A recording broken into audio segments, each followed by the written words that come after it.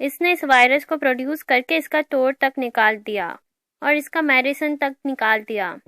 اس کے بعد اسرائیل نے امریکہ کے ذریعے کچھ سال پہلے اس وائرس کا میڈیسن یونائٹڈ نیشن سے سب سے پہلے رجسٹر بھی کروا دیا۔ اس کے علاوہ آج سے 30 سے 20 سال پہلے لکھی گئی کتاب میں بھی اس کا ذکر تھا کہ یہ وائرس وہان سے سٹارٹ ہوگا، 2020 میں یہ تیزی سے پھیل جائے گا۔ اس کے بعد مشن امپاسبل اس وائرس کے پہلے کے منظر اسرائیل پہلے ہی دکھا چکا ہے، کیونکہ یہودی جو بھی پلان کرتے ہیں وہ رانگ ٹرن پر مشتمل ہوتے ہیں۔ جیسے کہ 20ویں صدی میں اسرائیل نے عرب ممالک اور ادر کنٹریز میں اپنی خوبصورت ترین عورتیں بھیجی کہ ان بڑے بڑے عورتوں کے ساتھ فائد مسلمان اور سارے ان سے شادیاں کریں۔ ظاہر ہے جو ان کی اولاد پیدا ہوگی وہ اپنے ننیال کے لیے کام کرے گی۔ اس وائرس کی پلاننگ بھی اسرائیل بہت سالوں سے کر رہا تھا اور یہ بہت ہی اچھا موقع تھا اپنے سارے پلانز پر کامیاب ہونے کے لیے، خاص طور پر مسجد اقصی کو شہید کرنا، کیونکہ ان یہودیوں کو ڈر تھا کہ اگر ایسے ہی ہم اچانک ایسا فیصلہ کریں گے تو سارے مسلمان اکٹھا ہو کے ہمیں ختم کر دیں گے۔ پھر اس نے یہ وائرس امریکہ کے ذریعے چائنا میں ملٹری کے ذریعے پہنچا دیا اور چائنا کا کہنا تھا کہ ان کے 1 ماہ کے بعد ان کے پاس یہ وائرس موجود پایا گیا۔ اسرائیل کا مقصد یہ تھا کہ سب سے پہلے چین کو معاشی طور پر وہاں سے سرمایہ کار بھاگ جائے اور وہاں کا سارا نظم درم برم ہو جائے، تجارت رک جائے، امپورٹ اور ایکسپورٹ کا بزنس بھی ختم ہو جائے اور وہ اپنے مشن کے اندر کامیاب رہے اور چائنا کو روزانہ کے طور پر اربوں ڈالر اٹھانا پڑے، جس میں وہ بالکل ہی کامیاب ہو گیا کیونکہ ہر ملک نے اپنے بارڈر سیل کر دیے ہیں۔ اس کے بعد اسرائیل نے میڈیا کے ذریعے لوگوں کے اندر خوف و وزاز پیدا کر دیا تاکہ میڈیا دن رات لاشیں گنتا رہے اور لوگوں کو بتاتا رہے جہاں اتنے لوگ مر گئے اور اس ملک کے اندر اتنے لوگ مرتے، اور ایسا خوف پھیلا دیا جس سے لوگ اس سے ڈر کر اپنے گھر میں محفوظ رہیں اور باہر نہ نکلیں۔ اس کے بعد اس کا یہ مقصد تھا کہ دنیا میں یہ بتایا جائے کہ اس بیماری کا علاج تو موجود ہی نہیں ہے، دنیا کے کچھ لوگ مارے جاؤ، دنیا کی آبادی کچھ کم ہو جائے، اس کے بعد ہی علاج کے طور پر اپنے دوائیوں کو بیچیں اور اس سے اربوں ڈالر کا منافع کمائیں، اور اس لمبے عرصے کا فائدہ ان کو یہ ہوگا کہ چائنا کی اکنامی بالکل ڈاؤن ہو جائے گی اور اس خوف کی وجہ سے جیسے ہی ان کی دوائیاں مارکیٹ کے اندر آئے گی وہ ہاتھوں ہاتھ ہی بکنے لگے گی، اور جس سے اسرائیل کو بہت زیادہ فائدہ ہونے والا ہے۔ اس کو کہتے ہیں اکنامیکل وار، یعنی کہ بنا ہتھیار اٹھائے جنگ، بنا لاشیں گرائے جیتی جا سکتی ہے۔ لوگ دنیا میں بیٹھ کر، گھروں میں بیٹھ کر کرنسی استعمال نہیں کر سکتے، وہ ڈیجیٹل کرنسی کی طرف جائیں گے جس سے کرنسی کا تمام کنٹرول ان کے ہاتھ میں آ جائے گا۔ ساتھ ہی یہ مسجد اقصی کو گرا کر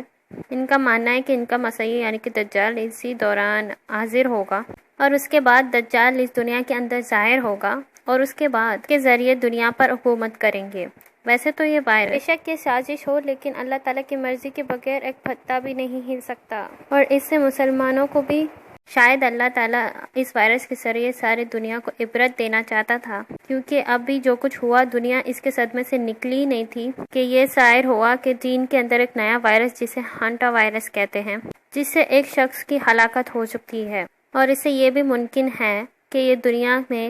اس کورونا وائرس کی طرف پھیل جائے۔ واٹس ایپ کے ذریعے ایسے میسیجز کے اندر دعویٰ کیا جا رہا ہے کہ چین سے نکلنے والا یہ وائرس پورے دنیا کو اپنے لپیٹ میں لینے والا ہے، لیکن حقیقت تو یہ ہے کہ یہ وائرس کوئی نیا وائرس بالکل بھی نہیں ہے،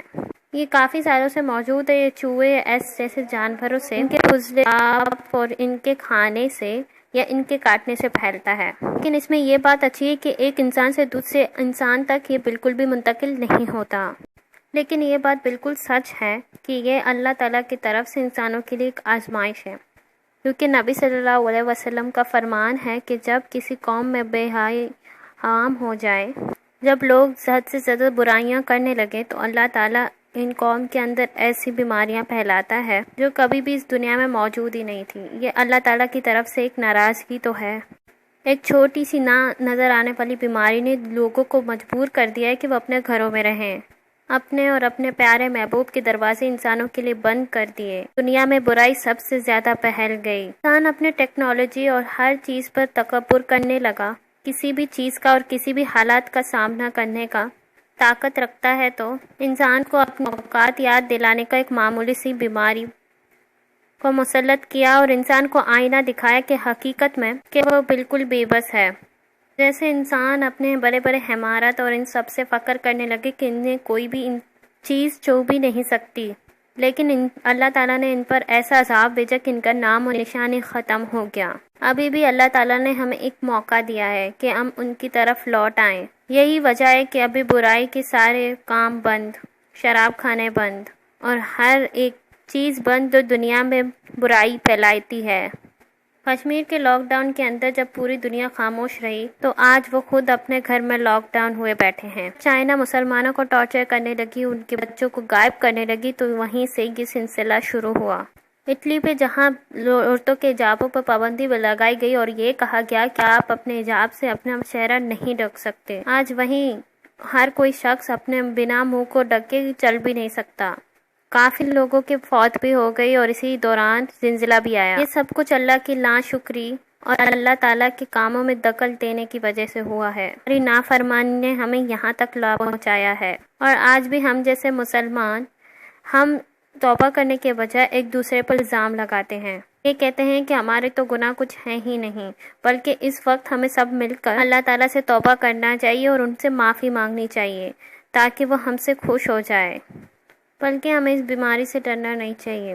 ہمیں 5 وقت کی نماز پوری کرنی چاہیے، قرآن پاک پڑھنا چاہیے تاکہ اللہ تعالیٰ ہم سے راضی ہو کر اس بیماری کا علاج نکال دیں۔ گھروں میں رہ کر اس بیماری سے بچنے کی کوشش کریں، زیادہ سے زیادہ صفائی کا خیال رکھیں، باہر جاتے آتے وقت سب سے پہلے تو آپ کو کاف کو سائڈ میں رکھنا چاہیے، کیونکہ کاف تو زہر سے بھی زیادہ خطرناک ثابت ہوتا ہے۔ اور باقی اپنے محفلوں میں جانا بند کر دیں، اور اگر جانا لازم بھی ہو تو واپس آ کر صفائی کا خاص خیال رکھیں، اور ساتھ میں اپنے کپڑوں کو بھی استری کر دیں جو آپ نے کپڑے پہنے تھے، تاکہ آپ کو کپڑوں سے وائرس ختم ہو جائے۔ یہ وائرس آپ کے گلے کے اندر بھی موجود رہ سکتا ہے۔ آپ دن میں اگر 3 سے 4 مرتبہ گرم پانی پئیں گے تو یہ بڑھ جاتا ہے۔ تو اگر آپ اس بیماری کو ٹیسٹ کرنا چاہتے ہیں کہ آپ کے اندر تو یہ ہے، آپ اپنی سانس کو جتنا ہو سکے روک لیں، زیادہ سے زیادہ 12 سیکنڈ۔ لیکن اگر 12 سیکنڈ کے کم وقت کے دوران آپ کو کھانسی آئے تو یہ اس وائرس کے اثرات ہو سکتے ہیں۔ ہوپ آپ کو اب ساری جانکاری اس ویڈیو میں مل گئی ہوگی، تو اس ویڈیو کو لائک کریں، شیئر کریں اور کامنٹ بھی کرنا نہ بھولیے گا۔ اور اگر ایسی ویڈیو مزید چاہیے تو آپ سبسکرائب کرنا بھی نہ بھولیے گا۔ شکریہ۔ یہ ویڈیو اچھی لگی ہو تو آپ مجھے کامنٹ کر کے ضرور بتا سکتے ہیں، اور آپ مجھے میرے نیکسٹ ویڈیو کے لیے آئیڈیاز بھی دے سکتے ہیں۔ اگر آپ کو لگتا ہے کہ میں نے کچھ مس کیا ہے تو آپ مجھے وہ بھی کامنٹ سیکشن میں ضرور بتا سکتے ہیں۔ Thanks for watching.